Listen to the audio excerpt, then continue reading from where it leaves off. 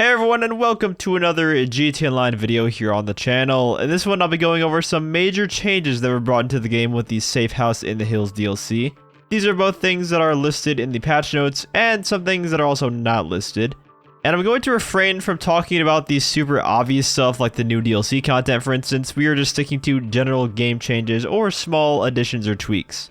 And the first change actually isn't mentioned in the patch notes, but it is a pretty massive one. The Coquette D5 is no longer bulletproof like it has been for over a year. You can now be shot out of this vehicle by bullets, so no more players are going to be abusing this with the vehicle god mode glitch to become completely unkillable. And that makes me very happy. This is one of the biggest things that I've been wanting them to fix for a very, very long time now, so I'm happy it's here. Next, let's talk lock-on jammers. Rockstar added the lock-on jammer upgrade to a bunch of existing land vehicles, those being the BF Raptor, Bravado Gauntlet, Canis Bodhi, Canis Mesa, Coil Brawler, Dubache Massacro and Massacro Race Car, the Grotti Cheetah, the LCC Hexer, Mammoth Patriot, Nagasaki Blazer, Pegasi Vaca, Ubermax Sentinel, Vapid Bullet, Vapid FMJ, Vapid Peyote Gasser, the Weenie Issy and Issy Sport, the Western Bagger, Albany Cavalcade XL, Anis LG RH8, the Shafter V12 and Shafter V12 Armored, Gallivantular Baller LE LWB, the Karen Futo, Lampadati Komoda, Maibatsu Manchez, Nagasaki BF400, the Ocelot Ardent, Pegasi Ignis, Pegasi Pizza Boy, Pegasi Vortex, and the Ubermacht Niobe. The Shafter V12 Armored is one that I suggested in my video as well that didn't make really any sense because all the other armored vehicles already had a lock-on jammer aside from this one, but now they all have them, which is good. However, some aircraft also got the lock-on jammer upgrade, those being the Buckingham Alpha Z1, the Kanata non-weaponized, the DH7 Iron Mule, Howard NX25, the Luxor and Luxor Deluxe, the Maverick, Super Velito and Super Velito Carbon, the Swift Deluxe, the Volatus, the Western Bestra, Cargo Bob and Cargo Bob Jetsam, and the Western Dodo. And most of these are Pegasus aircraft, so if you want to equip the jammer, you will have to bring them into the hangar and then upgrade it by pressing right D-pad when you enter the vehicle when it's inside the hangar. But the big one here for me is definitely the Iron Mule getting the jammer, because the Iron Mule is already a pretty tanky aircraft, so now it being essentially immune to lock-on missile spam is great to see. That was pretty much its only weakness. Of course, aside from like E-rounds and railgun shots. And the way the jammer works is that you can still equip flares or chaff on top of the lock-on jammer. They are in separate categories, so you can equip both. But what you should probably do is put flares on instead of chaff, because the lock-on jammer is already preventing lock-on forever, so that makes chaff completely pointless. Whereas with flares, if they do try to free you with rockets, you can still use your flares to deter even the free homing missiles away from you. You're probably going to be surprised to see this next one, but Rockstar added some brand new emotes that you can do. And some of these are police themed with some different props like a badge or a baton, which are pretty neat. We never really get new actions. I can't remember the last time we did get a new action. Probably the mask audio, if you would even count that as an action. It's not really an animation though. And I guess while we're on the topic of police stuff, you can now save the summer LSPD outfit and really any of the LSPD outfits that have the hat on. Whereas before, if you try to save it with the hat, it would just delete it the moment you get into the next session. Well, now it no longer does that. You can go ahead and save it with the hat on and it'll be there permanently and it looks great.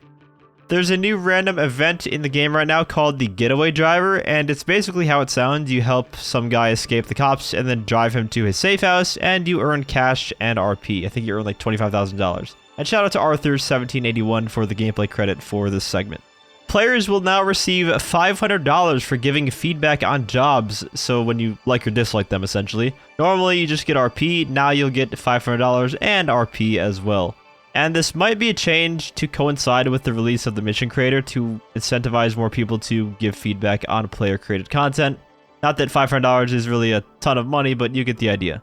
Odd jobs such as the pizza deliveries, the quickie farm deliveries, the armored truck delivery jobs are now displayed as cyan blips on the map to make them stand out from other things, which I think is a very good change. It does pop a bit more, especially because it looks like we will be getting more odd jobs in the drip feed from this DLC. So in order for it to not really clog up the map and look like it blends in with everything else, it's good they're a different color now. The vehicle websites now have a popular tab which displays some of the most popular purchased vehicles on the site. This replaces the featured tab, which is there prior. I don't know if it displays the same vehicles as the featured tab, if it just renamed it, or really how often they will update this with the most popular vehicles. Maybe it's a weekly thing, or maybe it's per update. I personally would still much rather have a discounted tab that displays only the discounted vehicles each week instead of having to scroll down to find each one every single week. That would just be way more useful in my opinion.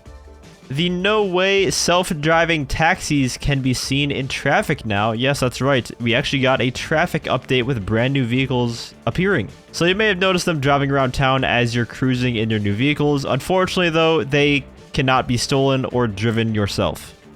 Moving on to some casino heist changes now. Gustavo Moda's cut has been lowered to 8%. I believe it was 9% before, so this is just a very minor decrease. I always just use the worst gunman, so this probably won't have any effect on my casino heist gaming. And even more exciting, Patrick McCreary's free mode event has been entirely disabled, and Rockstar have just decided to unlock him for everyone who hasn't done that yet. And this change was likely made because his free mode event was always extremely buggy. So they decided to just scrap it altogether, it seems, and I don't really blame them. It's been super buggy for the longest time now, and honestly, just like the Gus Moda change, this also doesn't really change much for most people because, again, we always just use the worst gunman for the highest take possible in the end. If you're doing the silent sneaky or the big con approach, you're pretty much never going to need that good of a weapon. You're pretty much always going to be either meleeing people or headshotting them, and any weapon will do for that. Some GTA Plus updates and quality of life additions. You can now remotely manage your businesses through the Vinewood Club app, so no more having to go to each individual business to send out your warehouse workers or your hangar workers or bail office agents. You can send them out in seconds, back to back to back to back to back through the interaction menu now. Which I'm not really a fan of this, GTA Plus getting all these quality of life updates. In my opinion, this should have just been tied to the virtual assistant as part of the mansion update as opposed to a GTA Plus exclusive change.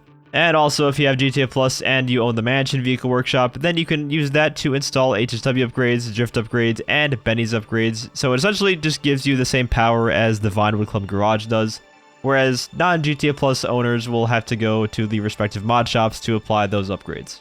And the final change that I'm going to be going over today, Rockstar have fixed an issue that caused long load times when changing sessions and entering properties.